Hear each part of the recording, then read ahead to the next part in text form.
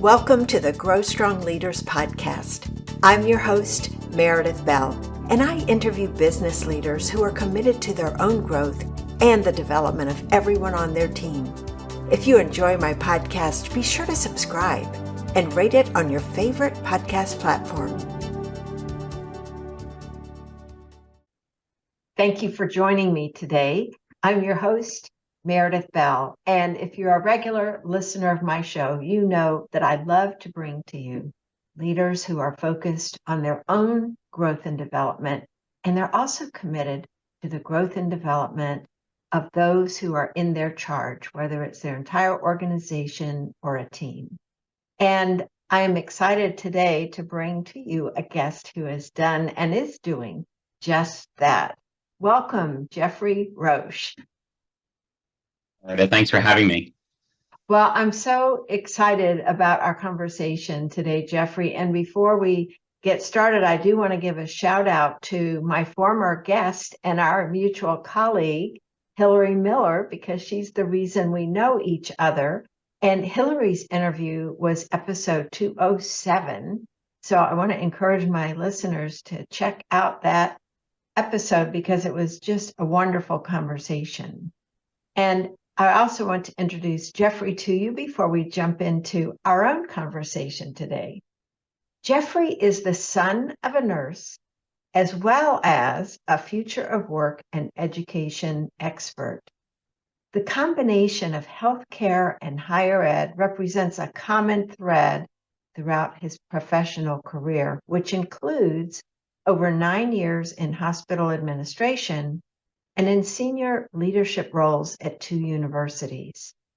Geoffrey currently serves as the Senior Vice President of National Healthcare Practice and Workforce Partnerships at Core Education, which is a public benefit corporation. Geoffrey is a strong advocate for diversity, equity, inclusion, and belonging. He's a champion for transforming health equity, and he's the host of the EdUp HealthUp podcast. So, Geoffrey, I've given just a brief introduction, and I would love for you to share a little bit more about your journey to the work you're doing today at Core Education and what that work involves. Yeah. And so, obviously, Meredith, thanks again for having me. And let me just say that, as you described, always, happy to say I'm the son of a nurse. Because, as I shared with you previously, in many ways, my mom's impact on me is what brought me into healthcare. Without question, I knew I never wanted to be clinical.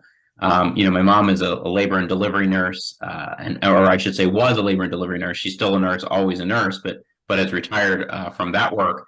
But, she would come home when I was a young child and talk about the work she was doing. In fact, I can remember one of her proudest moments was the work she did to help create a NICU. And so I would regularly hear about my mom's journey and the work she was doing. Now, the irony is that we ended up working at the same hospital, not at the same time. But I actually got to work on expanding that NICU when I was there. So it was a very interesting sort of like, mother-son moment. Even though she wasn't there, I got to see some of the early fruits of her labor and actually be part of a team that actually expanded that NICU. But ultimately, I started my hospital administration journey in June of 2008. And really, initially started in what was a community relations coordinator role, very focused on building the relationships, advancing the health system's mission, vision, and values in the region.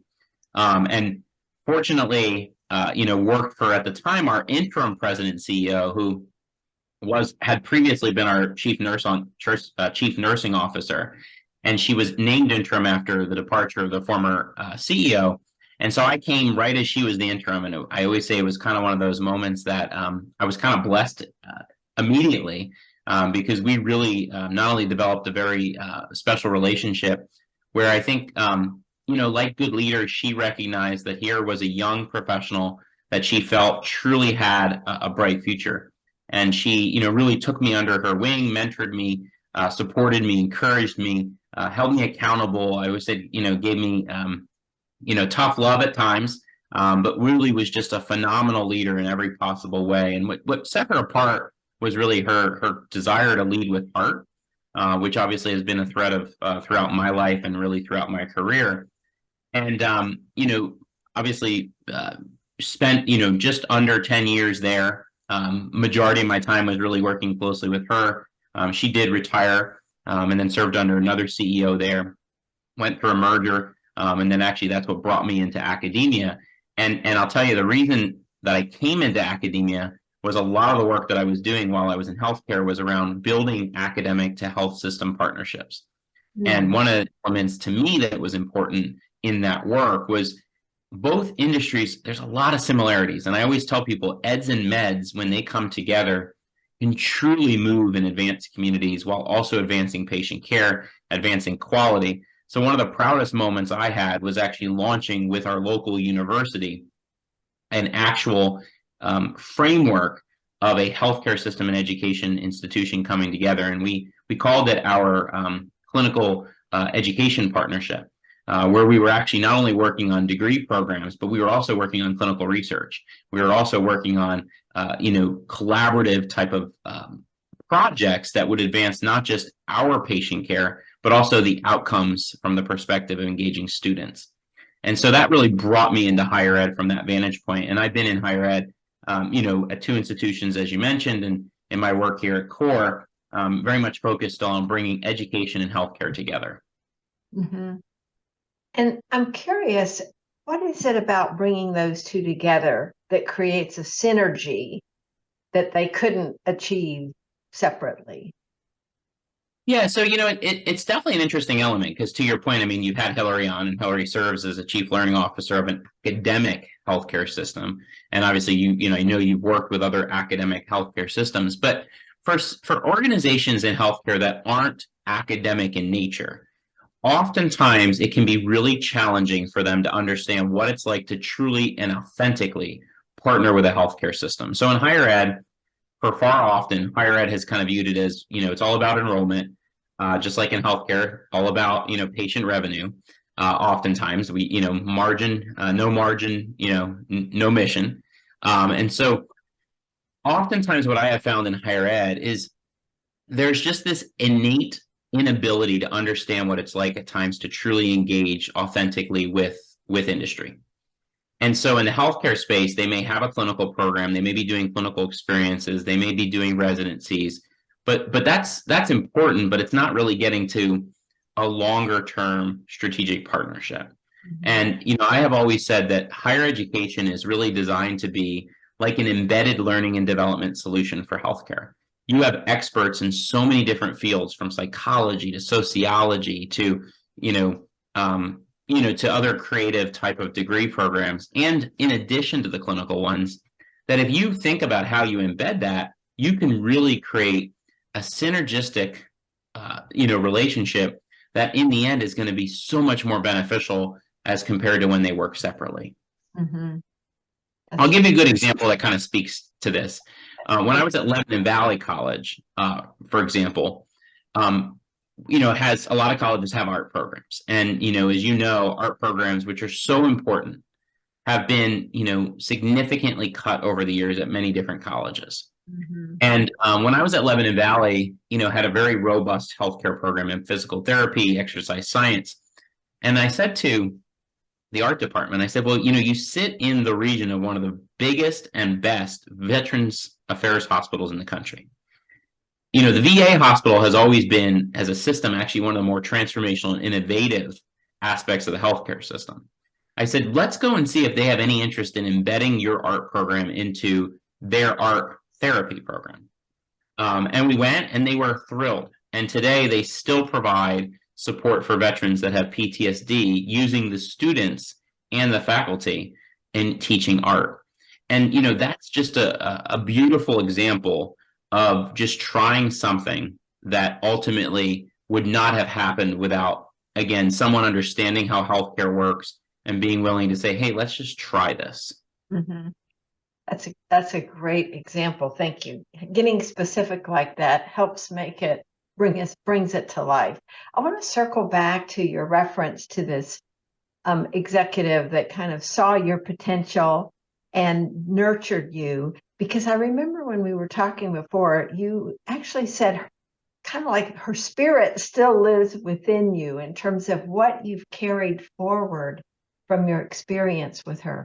What does that look like? What are you talking about there? Yeah. Yeah. So, my former CEO, really, when I look back on where I was early in my career and I look to what I've been able to accomplish, I always will say that, and I've told her this. In fact, a number of years ago, I was honored at my university with an Alumni Achievement Award. And when I was asked to have somebody come to bestow that on me, I asked her to come. And she initially said, no, no, no, like I didn't go there. Like I said, no, no, I need you there because my career would not have been where I was at the point in time without you. Now she had been retired by this moment, but she came. And I shared some remarks that evening, which obviously she didn't know that was planned. And as I reflect back on that, there were a couple of things that I highlighted. One of which was, I think often, as young professionals, we enter our careers with a certain level of confidence, and we enter with also a certain level of passion. And I can remember my former CEO always had this innate ability to understand where someone's passion could become a solution to some of the organizational opportunities and challenges. And so early on, I didn't always notice this, but she was assigning me to projects, putting me on initiatives that actually I didn't want to be on. Some of them I would actually be very vocal about. I don't want to do this. And she would look at me and say, okay, that's not your choice, but you're doing it. And then later, there were a few times where I would start to realize, like, okay, now I'm starting to maybe pick up on this. And so one time I said to her, I kind of did a change of heart and I said, okay, I'm ready to do it. And she pulled me aside and she said, I was testing you because I knew you could do it. And I want you to understand something. There's going to come a time in your life where you're going to test another member of your team. And what you're going to find is that they're ready before they think they're ready. And I remember sitting there and thinking, wow, she knew my abilities before I realized my own abilities. And what came for me to understand there was that she just had a burning desire to not only impact me, but through the work I was doing, she knew it would impact others. And all of the projects that she was assigning to ultimately were well prepared because ultimately I then was taking over departments of individuals who retired. I had no clue. I had no background, but she was doing this.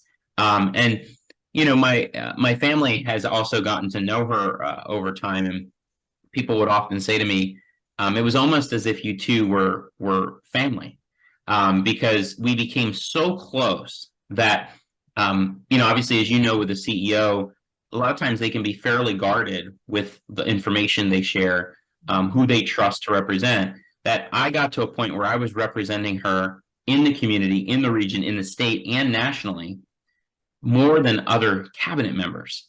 And what was interesting about that was, as you know, in those circumstances, people will use you as kind of a whisperer, is people would use me to get certain messages to her. And what became, really for us was just a symbiotic relationship of truly a mentor to a mentee. And for me, to this day, the way she led really as a heart leader, in that, she was a nurse. And obviously, so we bonded a lot over my mom and her journey as a nurse. But what we also bonded over was her desire that leadership was not about a title. Leadership was really not about position, as she often reminded me. She would always say, leadership isn't about ego. She would say, I get ridiculed all the time for the car that I drive because I don't drive a car like a CEO. She said, but guess what? My impact is all about the community. And so what I learned from her was, if we think truly about impact and we think about how we can impact, if we do it the right way, not only can we impact our team, but we can also impact all those around us. And I had the privilege of really walking alongside of her at a point in time in her career that was towards the end. but seeing true transformation in our healthcare system as well around our mission, vision, values, our employee engagement scores, our patient engagement scores. I can't say enough of not just what I learned from her, but how it still threads through every aspect of who I am today. Mhm. That's great. As I'm listening to you describe her, I can just hear, your enthusiasm for what you learned from her and how much you still care deeply about her and the impact she had on you. And as I'm thinking about people listening to your story, I want to encourage them to be thinking about how can you be that kind of leader to others who you could be a positive influence. You could take the time to do what this CEO did with Geoffrey, because look at the long-term impact. Sometimes we get hung up on how many people, the numbers, how many people can I have a positive impact for or on? And the fact is, if we focus on one person, the ripple effect of what that person can do, it's incalculable, because think about how many other generations you may have impacted with your own leadership that you've brought with the various teams that you've worked on. I would love for you to go deeper in this whole idea of heart, bringing heart to the leadership role. How do you define that, and what does that look like in the way that you interact with others? Yeah. So, I will say that,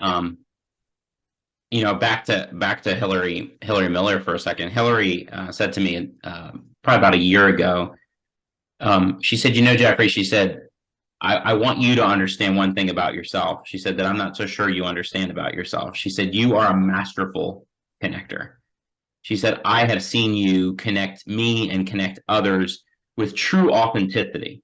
She said, at a time when other people wouldn't even think to do that. And back to my CEO, I learned that from her, because she said, if you can impact one person and connect another person to another individual, imagine what that life impact could be. And so when I really thought about when I first was given the opportunity to lead at my healthcare system by my CEO, one of the first things I realized was that I was going to lead teams that were oftentimes, and even to this day on my very team today, that have more years of experience than me. Mm-hmm. And I knew that for some people, that's going to be a unique experience. And I also knew that as a millennial myself, I would have to prove my worth and prove my value, because generally how we're viewed is different than many of us who actually can demonstrate a different way of how we should be viewed. Which is why I always tell people in my generation, own it. Let's prove who we are. And so when that occurred, what I learned was that, and I'll share an example. I had an employee who was reorganized to report to me, who had over 25 years more experience in healthcare than me, had worked for many different leaders at my organization as well as other organizations. And it was, he was reorganized to report into my area as part of some of the work we were doing. And one of the first conversations that we had together was, he said to me, I've had so many different bosses here. You're going to just be one just like them. No one really has made a difference for me here. I'm more experienced than you. There's not much that you're going to really offer me. And I remember immediately thinking, what would my former CEO do? Immediately, it was almost like she was there, standing on my shoulder saying, you have two paths, as Robert Frost's, famous poem would say. You got two roads you could travel. Which one are you going to choose? And I remember thinking, okay, let me think about this. I could choose the management route, which would be, I'm your boss, you're going to do it. Or I could choose the more heart-focused route, which would be to say to him, let's learn together. Yes, I know you've had some very interesting experiences here with other leaders, but just give me an opportunity to prove to you through working together that this will be different. And so that's the route I chose.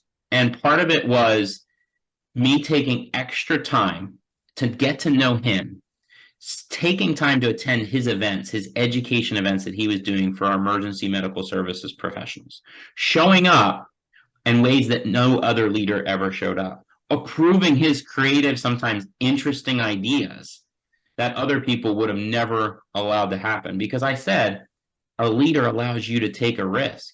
And if it doesn't work out, we learn together and we retrain together. And so what I found over time was a very different result than he ever thought would occur. And what I saw over time, in fact, it was interesting because one of his former leaders said to me, I don't know what you're doing with him, but he is very different than he's ever been in this organization before. And I said, I'm leading with heart. Maybe you should try it. And they kind of looked at me and they were like, what? What are you talking about?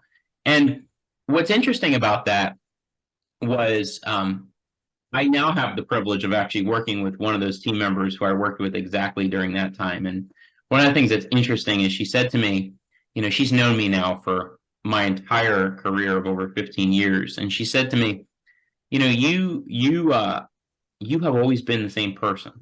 She's like, you've always been the type of boss that I could come to with literally anything. And you're never going to judge. You're always going to listen first. And then you're going to offer thoughts, but do in a way that almost seems as if you're going to hide everything else, but be focused entirely on me. And so for me, heart leadership is really that idea that we have to connect. When we're working together, and as a leader, I'm going to serve alongside every member of the team, there has to be a connection. And the connection can never be a top-down connection. It always has to be a connection that is done with intentional authenticity to connect in some way with that individual. That could be humor and laughter at times. That could be connection on family at times. That could be the connection on a tragedy that we may have faced at times. That could be a connection on the mission that we both share towards the work that we do. But whatever it is, there has to be that connection. And so that has always been, just a major part of who I am, is that focus on connecting in the most meaningful way. And as a leader, what I have found is that, look, I know I make mistakes in leadership too, but I have to be willing to, again, connect back and apologize, and connect back and acknowledge with total respect for everyone that we all make mistakes. And in the end, we grow together when we acknowledge it. Wow. There's a lot in there. I want to pick up on that last part that you said, because I think that so often leaders are hesitant to apologize and acknowledge mistakes for fear of losing respect or being thought, less of, or losing control. What's your response to that kind of concern? I have learned that, when we really practice humility and we really are authentic in every way, I have just not had that experience where, apologizing in any way has lost respect. For me, it has truly meant that teams that I have led, that they've seen me as a real person. Mm-hmm. And they haven't seen me as, sitting here in a leadership role and acting as if I'm not a real person. And again, I saw many examples in my healthcare system of phenomenal leaders, not just my CEO, but another senior vice president who also served as an important mentor to me in many ways, where he would regularly say to me, in fact, he would put it this way. He's like, I don't need to be right all the time. He's like, but we all need to see how we can make the work happen. He's like, so in the end, if someone else has a really good idea, it's about all of us. It's never about my idea. He's like, this, one of the best examples I learned from him was when we would do an initiative, major strategic initiative. Oftentimes, obviously, a leader can be the one that can get all the attention when it's done. And this leader would literally make sure that everyone that was involved would get recognition. And, that's the type of thing I've done as well, is we all need to recognize every member of the team. And I feel like a lot of times we've created this like us versus them, where, you have to be delicate without question. You have to be respectful and responsible.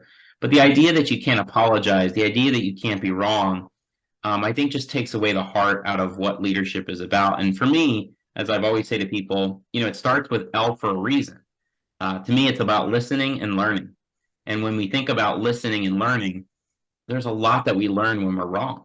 And there's a lot that we can listen. If we listen intentionally, there's a lot we can hear from our colleagues on what they need.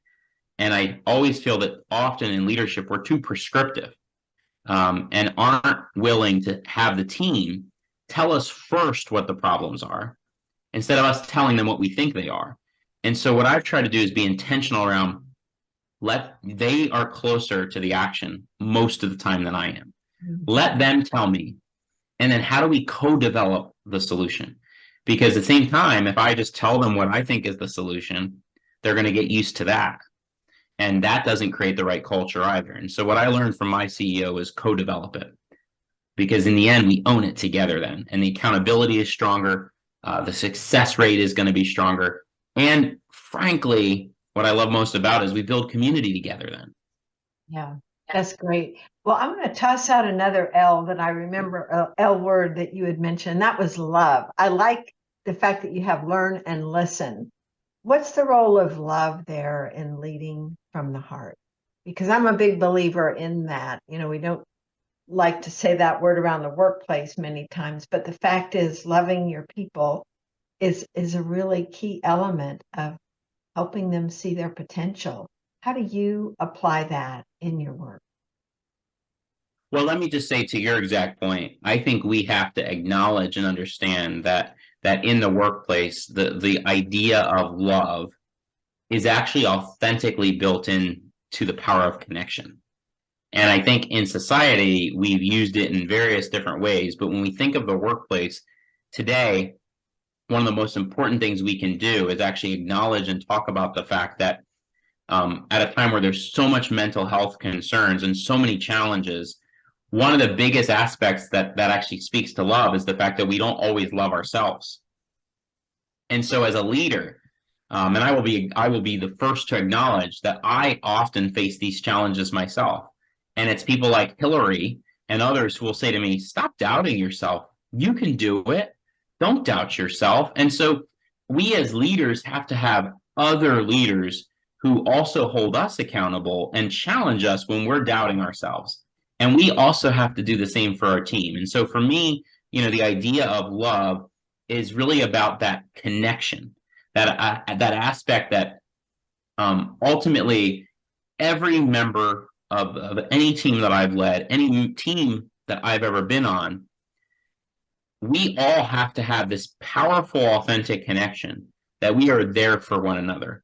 That every aspect of the project is something that connects back to the mission that we're here for. And, that's why I've always chosen to be in industries that I have, because I couldn't work in just any industry that has no mission. For me, it's that connection. And for me, if we think of like, the idea of love and leadership, it's not only that support that we have to have for ourselves, because we also have to love ourselves, but we also have to love others, which means that we are happy at all times and willing at all times to serve another person, irregardless of title, position, or role. And so I'll give you an example that I learned from my CEO that to this day I'll never forget. She always said to us that there should be nothing in our organization that we should ever see as something below us. And I can remember thinking, well, I get that, but what exactly do you mean? We went through, every time in healthcare you have different situations, surges. We had COVID, and in our healthcare system at the time, we went through some really periods of time as a very, very busy healthcare system where we would all have hands on deck, as she would call it. And I can remember a situation once where we were, we had a cybersecurity hack that took down our electronic medical records. And we were actually at our employee picnic when it happened, thousands of people at an employee picnic. And the CIO, sent a page out to all of the administrators saying, report to here, this is the situation. And I remember, I immediately had to get my family home and go right back up and, reported to the command center. And the CEO, first thing she said was, you all know what you're doing tonight, right? Everyone knows what you're doing. And no one there had a question of what we were doing. We all reported to duty. And for me, it meant I reported to be a patient, to be the person who would take patients in the emergency room to check them in. Wasn't clinical, but I was part of the helping the administrative queue process. And there was no, again, was I trained on that? No, not really. But I knew I had to step in and report for duty. And so for me, what I learned in that process was members of my team would do the same thing. But if I wasn't doing it, how would they feel if I asked them to do it? And so, she said, love is also about stepping in at all times and being willing to do whatever it is to help the operation function. And that was, it's that idea of loving the work, but also loving others enough to just step on in. And that was, just how I've been now formed in that way. Mm-hmm. Great. Such a good example too. Thank you, Geoffrey. Yeah, I think there are just different ways that we can show, again, that connection that you were talking about, the caring of the other person and our commitment to them and their well-being. So that's great. I know another thing you're really passionate about is this whole idea of career mobility. What do you mean by that? And why do you see that as so critical? Yeah. So, in our workforce today, and particularly as we even think about the future of work, which is hard to think about in healthcare right now because of the challenges we're dealing with, really with more of a crisis in the workforce when you look at the data and the statistics. One of the things that we have not historically done really well in healthcare and other industries is really creating career mobility plans for each and every employee. We talk about succession planning, we talk about annual evaluations, but we don't often intentionally help an employee understand that if you do this, you can get to this. If you obtain this educational background, this is what opens up for you. And so, career mobility is really important because it's also about diversity, equity, and inclusion.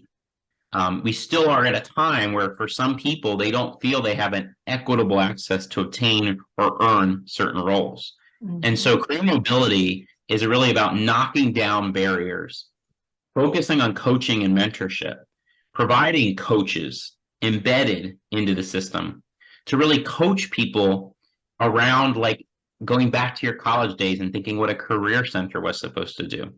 But thinking about, if I want to be a nurse, what do I need to do to become a nurse? Do I have to go right to nursing school? Well, maybe actually I start out in allied health and have a health system help me compensate, towards paying for that program. It's really that idea of helping somebody understand those opportunities.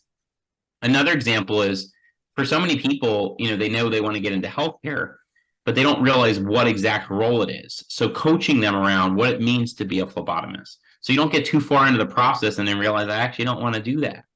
And so, for me, career mobility is that, but it's also another thing, which is, I'll give you a great example. I'm doing work with a large healthcare system now that has chosen to invest in their employees in a great way, outside of the tuition reimbursement process, chosen to invest in their employees' education and training. And in this model, where career mobility is a focus, what we're seeing is employees who are in food services and dietary and environmental services, security, choose to go on and become a certified pharmacy technician, choose to go on and become a certified surgical technologist. That's significant career mobility because, again, they're getting invested in by their employer, they're getting supported by their employer, they have additional mentors that are supporting them in the process, and ultimately they have a guaranteed job. And it's really just this beautiful combination of support and Mhm. encouragement and empowerment that's going to allow them to succeed. Mhm. Well, one of the things that seems like another positive benefit is that the person stays in that organization. They have a clear picture that there are different avenues and opportunities for me, and especially with younger workers. Do you think that's really an important piece of having them stay, is understanding there are different paths that they can pursue for their own growth and development? Definitely. Yeah. I mean, and recent data has even suggested, particularly among the workforce, that for the first time, one of the major elements, particularly that keep an individual in an organization, is whether they've been invested in from an education perspective.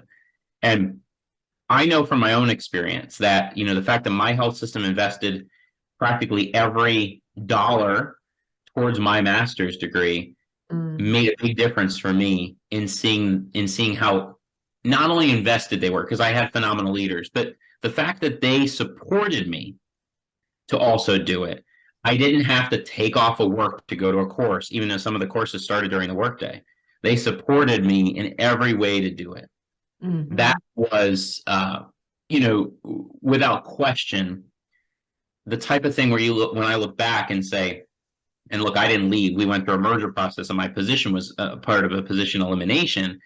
I would still be there today, guaranteed, because the culture, the investment that my organization had in our employees, and also what it allowed us to do for our own colleagues, because I had the same opportunity to do it with other team members, where I could support them and invest in them and their education, was just so authentic, and we need to have that in every possible healthcare system. mm. Yeah, I think that with the turnover and challenges with hiring and keeping people, I think that's huge in healthcare. Well, one last thing I want to ask you about, because I know you've worked with virtual or remote teams, and I want you to just talk a little bit about, because so many organizations are dealing with that. How do you modify or change the way you lead and coach folks when they're working in a remote team versus in person? Yeah. So, I think what's really critical about this is obviously, to your point, no one really prepared for how quickly and how robustly now we're working in this hybrid virtual environment. And so what I have learned, and certainly, I look to colleagues and friends who have also been sort of well experienced in this space. One of my good friends, Dr. Travis Hearn, actually wrote a book on like leading hybrid teams, and I regularly will talk to Travis because, since the pandemic, it's the first time I've ever led a team across the whole country with different time zones, virtual. And what's been interesting about it is, Travis has said to me many times, he'll say, Geoffrey, lead them just the way you did when you were in person. And I'll say, yeah, but that's different connection. Like, that's different. It's a screen. It's not the same. But there is something to be said about that, though, because what I will find is that I think far too often with this remote world, we have gotten away from some of the things that we did so well in person. One-on-ones, regular team meetings, check-ins, times to just have a social hour with the team, making sure you're taking time to laugh as a team, because you know what, humor does make a big difference during a busy day. And so, for me, what I've learned is you have to still have that structure. Yes, people have to feel as if there's still a balance, because I think the other thing we've done is we've created this dichotomy where people actually are working a bit more than even before. And that's not necessarily the healthiest thing, because it's just the way it happens. You don't get breaks now, or at least you used to get a 15-minute break to walk to the next meeting. Now it's back to back to back. And we have to be really conscious about that, because people do need a break. They need it, they need breaks. And so I think for me, it has been really important to acknowledge that each person reaches this at a different point in time. Some people love remote working. Some people don't, but yet they're doing it. And so there has to be, as a leader, this understanding and this empathy. Now, my team knows I don't like remote working. It's not my favorite thing because I'm a people person. I want to be connecting with people in person at all times. I regularly go back to my healthcare experience, how it was just such a powerful time of always connecting. Yes, it was always busy, but it was total connection at all times. And so, what I found though is I have to bring that same level of passion and spirit into meetings. And what I've done, to your point, to your question, is some of my team members will say to me, if I don't show up with the same level of smile or passion and excitement, they'll message me up saying, "Get a smile on your face," because the rest of the team is going to have a big difference when they see that. And one of my colleagues will do that if I'm coming from something because it's been back to back. She'll say, "Give the Geoffrey smile," because all of us are feeling it's not there right now. And I appreciate that because it's the same thing when we're in person, where we have those facial expressions and those types of things. And so we have to be intentional in the way that we were in person. Mm-hmm. That's a great point. That extra time that's taken because you don't see people every day to connect with them one-on-one. I really want to hammer that home because I know that whole area of connection for you is so critical. And I agree with that 100%. Am I helping each person on my team feel connected to me, to the organization, to the team in general? How are they doing? And I think that's one of the things that's challenging for leaders when there's so many tasks that need to be completed, the temptation to stay on task and not get diverted to what are you feeling?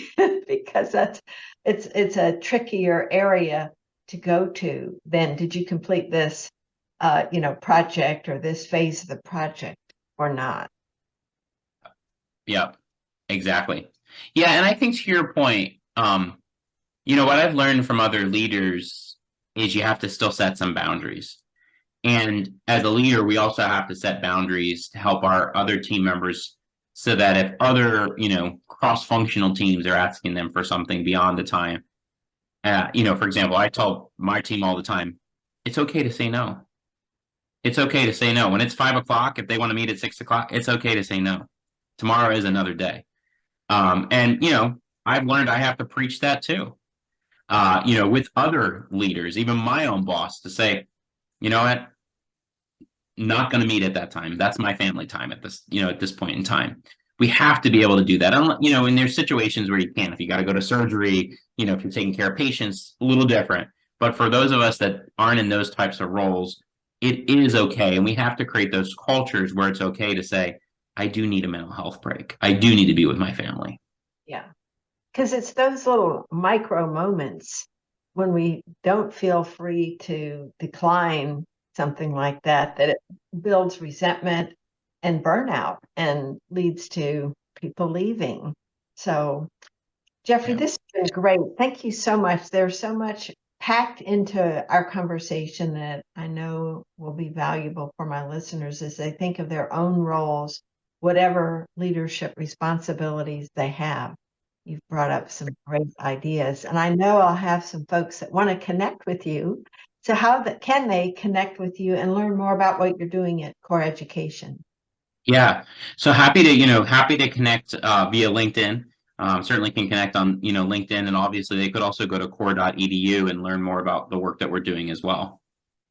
That's great. Well, thank you. Is there any other tip or idea that you didn't have a chance to share that you would like to before we close out? No, nothing particularly. The only thing obviously is thank you very much, for the opportunity, and obviously it's such a privilege to be here with you as well. Well, thank you, Geoffrey, for the great work you're doing. I love your heart and the spirit of love that you bring to your work and to the people who are fortunate enough to be in your world. So thank you. And I know you'll continue that same giving spirit going forward. Very much. Thanks for tuning into my podcast. Now head over to growstrongleaders.com and check out our 2 books, Connect with Your Team and Peer Coaching Made Simple. While you're there, download the free Facilitator Guide to find out how to implement our unique peer coaching system. Until next time, I'm Meredith Bell.